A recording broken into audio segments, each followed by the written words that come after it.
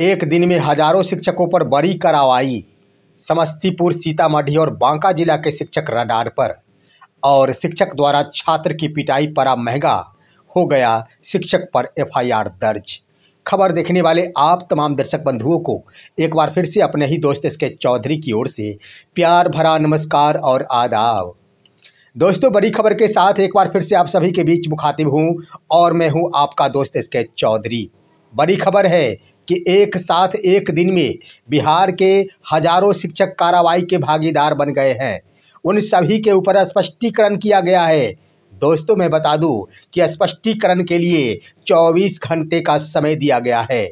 मामला जुड़ा हुआ है ऑनलाइन माध्यम से बनाए जाने वाले अटेंडेंस से।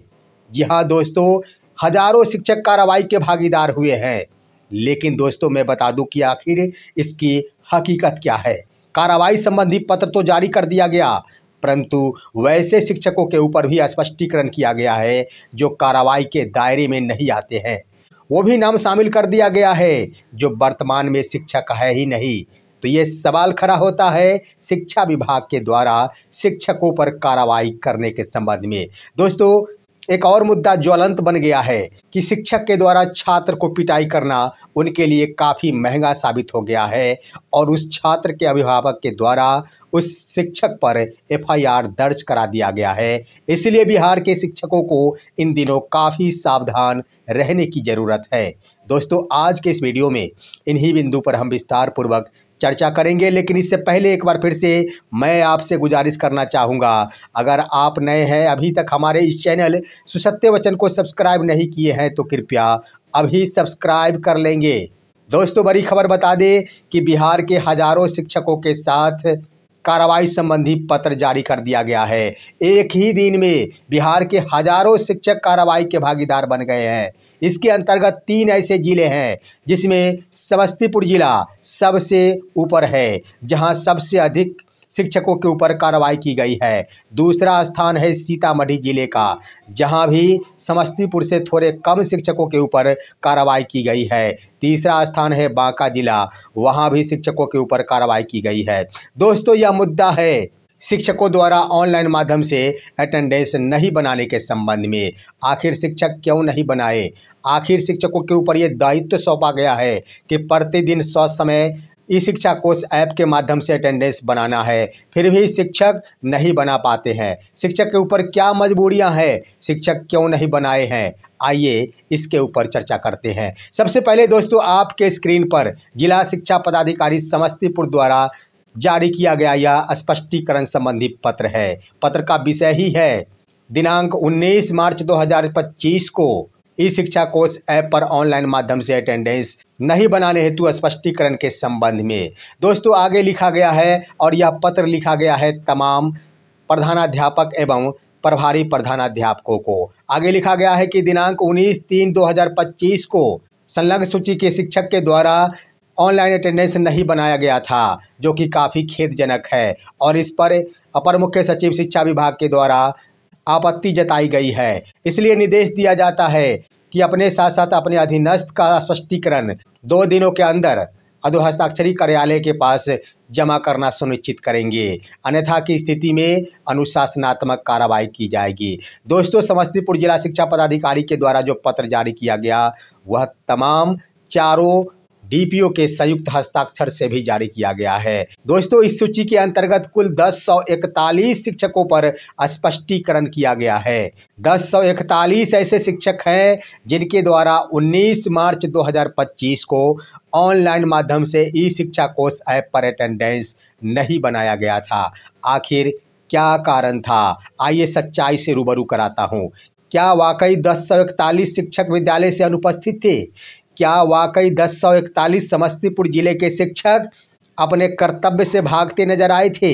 नहीं दोस्तों, ऐसी बात नहीं है।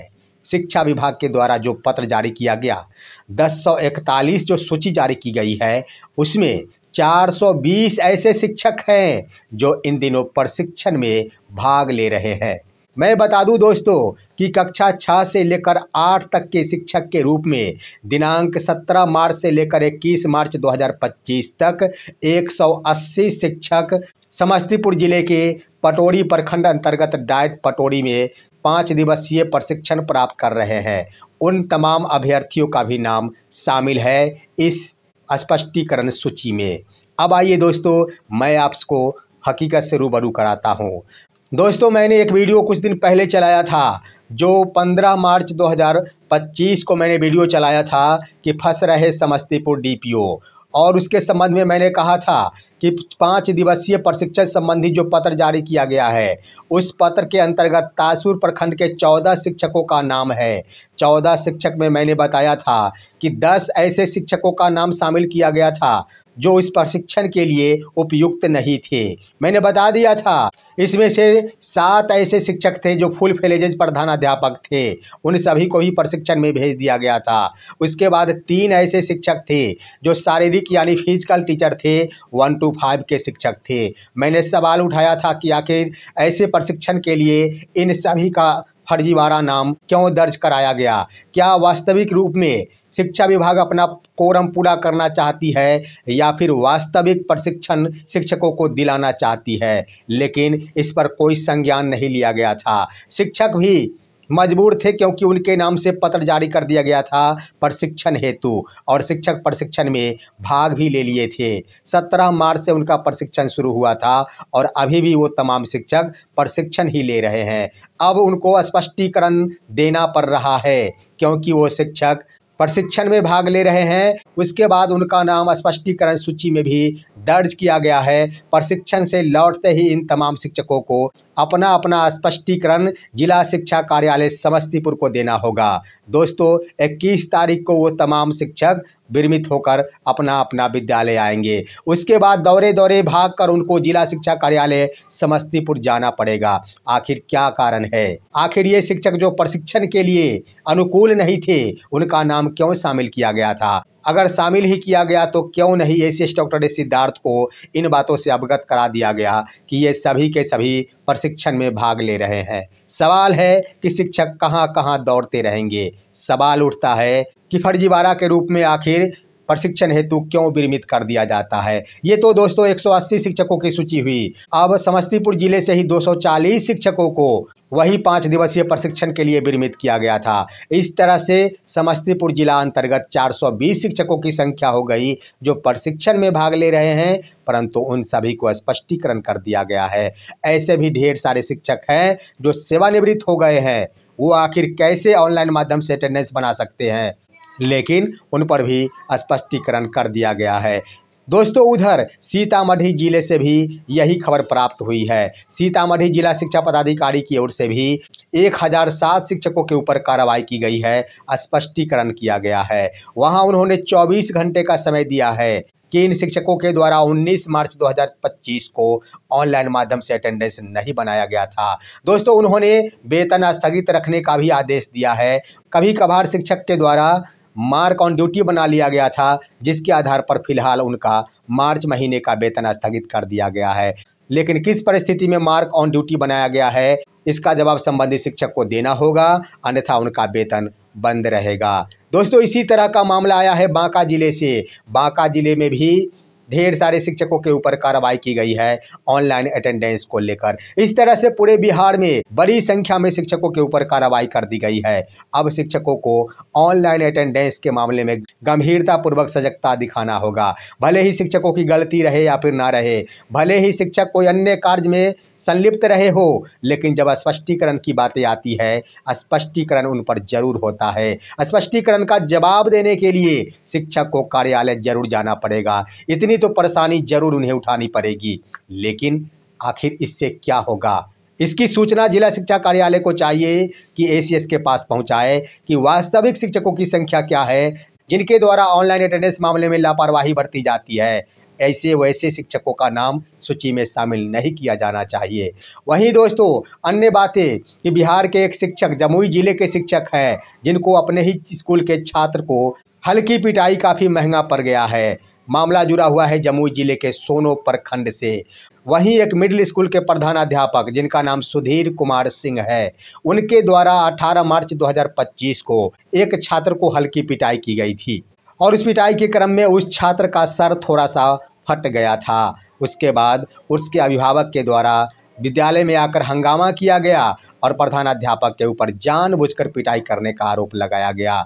दोस्तों, आरोप लगाने के बाद उस छात्र के अभिभावक के द्वारा सोनो थाना अध्यक्ष के पास पहुंचा गया और संबंधित विद्यालय के प्रधानाध्यापक सुधीर कुमार सिंह के ऊपर एफआईआर दर्ज कराया गया। दोस्तों, एफआईआर दर्ज करने के बाद थाना अध्यक्ष विद्यालय पहुंचे और इसका इन्वेस्टिगेशन किया। क्या कहते हैं थाना अध्यक्ष इन मुद्दों पर, जरा देखिए इस वीडियो में। सोनो थाना अंतर्गत प्राथमिक उत्क्रमित मध्य विद्यालय सारेबाग में एक 8-9 वर्ष का बच्चा है जो क्लास 3 में पढ़ता था। वहीं पर उसके साथ वहीं के शिक्षक या प्रधानाचार्य के द्वारा मारपीट की घटना आया है, जिसमें बच्चे के अभिभावक मुकेश कुमार पंडित द्वारा थाना में आवेदन दिया गया है, जिसमें बच्चे की चोट लगने की बात बताई गई है। दरअसल दोस्तों, उस विद्यालय के प्रधानाध्यापक का कहना है कि 18 मार्च 2025 को जब विद्यालय में परीक्षा की समाप्ति हुई थी, उस वक्त कतारबद्ध तरीके से छात्रों को विद्यालय से बाहर किया जा रहा था। उसी क्रम में उस तीसरे क्लास के छात्र जिनकी उम्र 9 वर्ष है, वो छात्र छात्रा के कतार में चले गए थे। मेरे हाथ में छड़ी थी और मैंने हल्के छड़ी का प्रयोग किया था, परंतु उसका सर फूट गया था। मेरी जानबूझकर यह मनसा नहीं थी कि उस छात्र को चोट पहुंचाया जाए, उस छात्र की पिटाई की जाए। मैंने उसमें सुधार के लिए अपनी छड़ी चलाई थी, परंतु इसे राजनीतिक रूप दे दिया गया है और हमारे साथ राजनीतिक खेल खेला जा रहा है। दोस्तों, लेकिन एक बात हम जरूर कहना चाहेंगे, शिक्षकों को सावधान जरूर रहना चाहिए। प्रावधान किया गया है कि शिक्षक को अपने हाथ में छड़ी नहीं रखनी है। हालांकि ये भी बात सत्य है कि डराने के लिए छड़ी भी रखनी जरूरी है, अन्यथा छात्र बातों को नहीं समझ पाते हैं। लेकिन सवाल उठता है कि आखिर छड़ी का प्रयोग सोच समझकर किया जाना चाहिए। अगर करना भी है तो कहाँ करना है, ताकि छात्र सिर्फ डरे, ना कि उससे कोई उसे शारीरिक परेशानी हो, कहीं पर फूट-फाट हो। अन्यथा इसी तरह शिक्षक को विभाजन के शिकार होते रहेंगे, उन पर एफआईआर दर्ज होता रहेगा। फिलहाल आज की खबर बस इतना ही। आप सभी हमारे इस वीडियो को लाइक करते हुए तमाम दोस्तों के पास शेयर कीजिए और अब दीजिए अपना ही दोस्त एसके चौधरी को इजाज़त। फिर मिलेंगे अगले वीडियो में, तब तक के लिए नमस्कार।